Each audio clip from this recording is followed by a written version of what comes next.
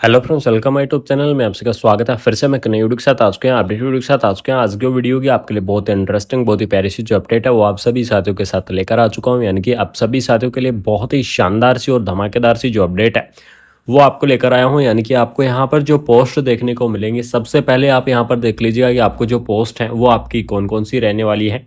तो यहाँ पर आपको जो पोस्ट देखने को मिलेंगी, सबसे पहले कम्युनिटी हेल्थ ऑफिसर यानी कि जो सीएचओ की जो पोस्ट है वो आपको देखने को मिल जाएंगी। सीएचओ की पोस्ट के अलावा आपको यहाँ पर जो स्टाफ नर्स की पोस्ट है वो आपकी रहने वाली है। एएनएम की पोस्ट आपको देखने को मिल जाएंगी। लैब टेक्नीशियंस की पोस्ट रहेंगी। फार्मासिस्ट की पोस्ट रहेंगी। डाटा एंट्री ऑपरेटर की पोस्ट रहेंगी। मेडिकल ऑफिसर की पोस्ट रहेंगी। और इसके अलावा आपको और भी काफ़ी अलग अलग डिपार्टमेंट वाइज जो पोस्ट हैं वो आप सभी साथियों को यहाँ पर देखने को मिलेंगी। तो इन सभी पोस्टों के बारे में डिटेल में चर्चा करूंगा। कितनी आपकी पोस्ट रहने वाली हैं, कौन कौन कैंडिडेट एलिजिबल्स रहेंगे, सारी चीज़ों के बारे में डिटेल में चर्चा करेंगे इस वीडियो के अंदर। तो वीडियो के लास्ट तक जो भी मेरे प्यारे साथी देख रहे हैं वो वीडियो के लास्ट तक जरूर देखते रहे। इस वैकेंसीज के बारे में कंप्लीटली इन्फॉर्मेशन मैं आप सभी साथियों को यहाँ पर शेयर करने वाला हूँ। तो यहाँ पर देख लीजिएगा, सबसे पहले हम बात करेंगे सीएचओ की पोस्ट के बारे में। तो टोटल पद आपके रहेंगे 2634। आपके जो टोटल पद है वो आपको देखने को मिल जाएंगे। नर्स की, स्टाफ नर्स की वैकेंसी की अगर मैं बात करूं तो 1941 आपके स्टाफ नर्स की वैकेंसी के पद रहेंगे। उसके बाद में आपको यहाँ पर जो सीबीपीओ होता है, जो ब्लॉक प्रोग्राम जो ऑफिसर्स होता है, उसके 53 पद रहेंगे। डाटा एंट्री ऑपरेटर के 177 पद रहेंगे। उसके बाद में आपको यहाँ पर देख लीजिएगा, जो फार्मा असिस्टेंट है यानी कि फार्मेसी से रिलेटेड पोस्ट है, तो उसके लिए आपको जो 499 जो पोस्ट हैं वो आप सभी साथियों को यहाँ पर देखने को मिल जाएंगी। उसके बाद में आपको लैब टेक्नीशियन से रिलेटेड आपकी 414 यानी कि 414 आपकी जो पोस्ट है वो आपकी रहने वाली है। और साथ में जो सबसे बड़ी अपडेट आपको बता दूं कि आयुर्वेद की तरफ से भी वैकेंसी रहेगी। यानी कि 261 आपको आयुर्वेद की तरफ से भी जो पोस्ट है वो आपको देखने को मिल जाएंगे। उसके बाद में आपको पब्लिक हेल्थ केयर नर्स की वैकेंसी यानी कि जो पब्लिक हेल्थ केयर नर्स होती है 102 पोस्ट रहने वाली है। रिहेबिलिटेशन वर्कर की आपकी यहाँ पर देख लीजिएगा 633 के आसपास आपके पद देखने को मिल जाएंगे। उसके बाद में नर्सिंग इंचार्ज के आपके यहाँ पर पद रहने वाले हैं 4 पद रहेंगे। फीमेल, ये जो महिला स्वास्थ्य कर्मी यानी कि जो एएनएम के पद हैं वो आपके 159 रहेंगे। तो इस प्रकार से टोटल यहाँ पर जो वैकेंसी आपकी होने वाली है वो वैकेंसी होने वाली है 22। यानी कि 22 यहाँ पर अलग अलग प्रकार की पोस्ट दी गई है। और टोटल अगर मैं पोस्ट का यहाँ पर डिस्कस करूँ 8256 आपके टोटल पद आपके यहाँ पर रहने वाले हैं। ठीक है, तो ये आपके लिए क्या रहेगा, सबसे इंपॉर्टेंट अपडेट रहेगी। और साथ में आपके ये पद अलग से दिए गए हैं 5142। तो टोटल अगर मैं पदों की यहाँ पर बात करूँ तो इस भर्ती के अंदर जो आपके टोटल पद रहेंगे लगभग 13,000 प्लस आपकी जो वैकेंसी के अंदर पद हैं वो आपको देखने को मिलेंगे। बहुत ही शानदार सी आपकी भर्ती रहने वाली है। 13,000 प्लस आपको जो पोस्ट हैं वो आपको दी गई हैं। तो कंप्लीटली इन्फॉर्मेशन आपको देने वाला हूं। अब बात करेंगे कि कौन कौन कैंडिडेट इस वैकेंसीज के लिए एलिजिबल्स होंगे, यानी कि किस प्रकार से आपको इस वैकेंसीज को यहाँ पर अप्लाई करना होगा। तो सीएचओ की पोस्ट की अगर मैं बात करूँ तो सीएचओ की पोस्ट के लिए जो बीएससी नर्सिंग कैंडिडेट है वो इस वैकेंसीज को अप्लाई कर पाएंगे। Post BSc nursing candidate apply कर पाएंगे। और जो एमएससी नर्सिंग कैंडिडेट है वो इस वैकेंसीज को अप्लाई कर पाएंगे। यानी कि BSc nursing, post BSc nursing और जो एमएससी नर्सिंग कैंडिडेट है वो इस वैकेंसीज को यहाँ पर क्या कर सकते हैं, अप्लाई कर सकते हैं। उसके बाद में बात करेंगे एएनएम की पोस्ट के लिए।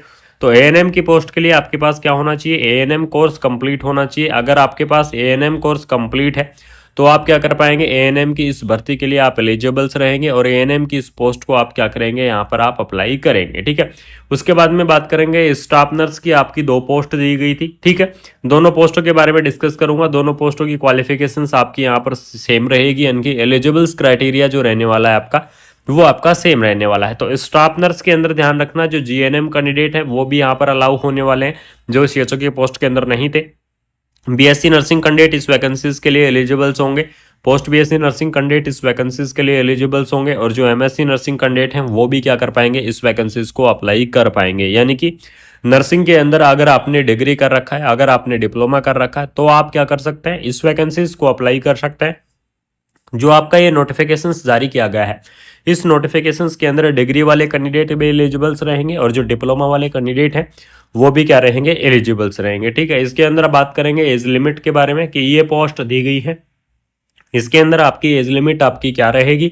तो जो मिनिमम एज लिमिट है वो आपकी 18 ईयर देखने को मिल जाएगी। यानी कि कम से कम 18 ईयर के कैंडिडेट, मैक्सिमम एज लिमिट आपकी 30 ईयर रहेगी। यानी कि 18 से 30 ईयर तक के जो कैंडिडेट हैं वो इस वैकेंसीज को यहाँ पर आप अप्लाई कर सकते हैं। लेकिन आपको साथ में मैं आपको बता दूं एज रिलैक्सेशन भी आपको यहाँ पर प्रोवाइड करवाया जाता है, जो कि आपका अलग अलग कैटेगरी वाइज रिलैक्सेशन देखने को मिलता है।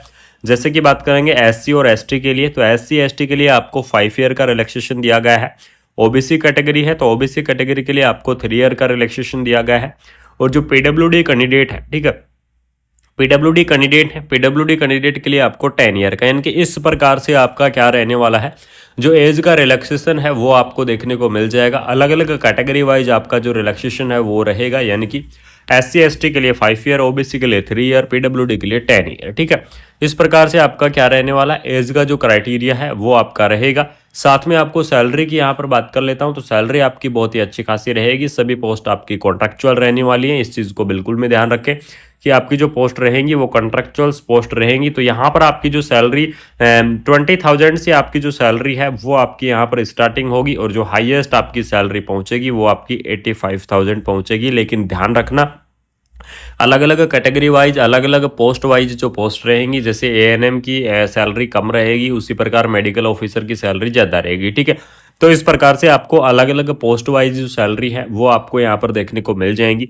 20,000 से और 75,000 यानी कि 75,000 रुपये तक आपकी जो सैलरी है वो आपकी यहाँ पर जा सकती है। बात करेंगे इंपॉर्टेंट डेट्स के बारे में, कब से आपको एप्लीकेशन फॉर्म को अप्लाई करना होगा। तो यहाँ पर देख लीजिएगा, सबसे पहले आपको मैं बता दूं कि एप्लीकेशन फॉर्म का जो आपका मोड रहने वाला है, यानी कि एप्लीकेशन फॉर्म का जो मोड रहेगा वो आपका क्या रहेगा, ऑनलाइन रहेगा। यानी कि ऑनलाइन तरीके से आपको क्या करना होगा, इस वैकेंसीज को भरना होगा। इस वैकेंसीज के एप्लीकेशन फॉर्म को आपको ऑनलाइन तरीके से यहाँ पर फिलअप करना है, और इसकी ऑफिशियल वेबसाइट से आपको फिलअप करना होगा। इसकी ऑफिशियल वेबसाइट भी आपको मैं बता दूंगा। एप्लीकेशन फीस देख लीजिएगा, 400 रुपये मिनिमम रहेगी और 600 रुपये आपकी हाईएस्ट रहेगी, यानी कि 400 मिनिमम और 600 जो मैक्सिमम जो आपकी फीस है वो आपको यहाँ पर देखने को मिल जाएगी। आपको डिटेल नोटिफिकेशंस आपका जारी हो चुका है। अगर जिन साथियों को ये डिटेल नोटिफिकेशंस चाहिए तो मैं बिल्कुल से आपको क्या कर दूंगा, प्रोवाइड करवा दूंगा। आपका ये जो डिटेल नोटिफिकेशंस है ये बिल्कुल से आपको मैं यहाँ पर शेयर कर दूंगा, ठीक है। इसके अंदर आपके एसेंशियल क्वालिफिकेशंस भी दी गई हैं, कौन कौन कैंडिडेट एलिजिबल्स होंगे वो सारी चीज़ आपको यहाँ पर प्रोवाइड करवाई गई है। कंप्लीटली अपडेट आपको देने वाला हूँ। यहाँ पर आपको कम्युनिटी हेल्थ ऑफिसर्स के लिए आपका क्या बॉन्ड रहेगा वो चीज़ भी आपको यहाँ पर दी गई है। इसमें आपको अलग अलग कैटेगरी वाइज भी दी गई है कि जो आपके नर्स की पोस्ट है, GNM candidate, BSc, post BSc, MSc, सभी कैंडिडेट क्या रहेंगे इस वैकेंसीज के लिए एलिजिबल्स होंगे। इस पोस्ट को क्या कर पाएंगे, यहाँ पर आप अप्लाई कर पाएंगे।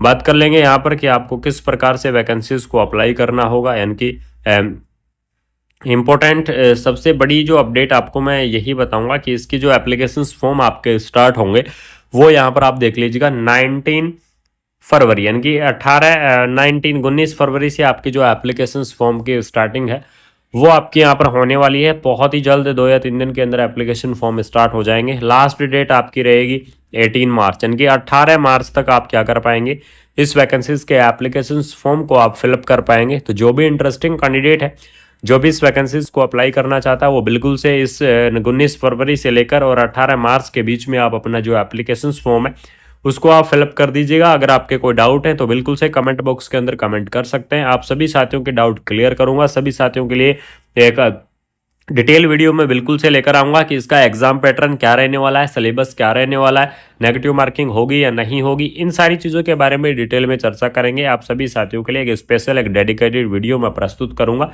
तो अगर आपको ये इन्फॉर्मेशन अच्छी लगी तो वीडियो को अपने दोस्तों के अंदर ज़्यादा से ज़्यादा शेयर कर दीजिएगा, ज़्यादा से ज़्यादा वीडियो को फैला दीजिएगा और चैनल को सब्सक्राइब करके बेल आइकन को प्रेस कर लो, जिससे आपके लिए ऐसे ही अपडेटेड वीडियो और ऑल ओवर इंडिया की नर्सिंग की जितनी भी अपडेट है सभी अपडेट आपको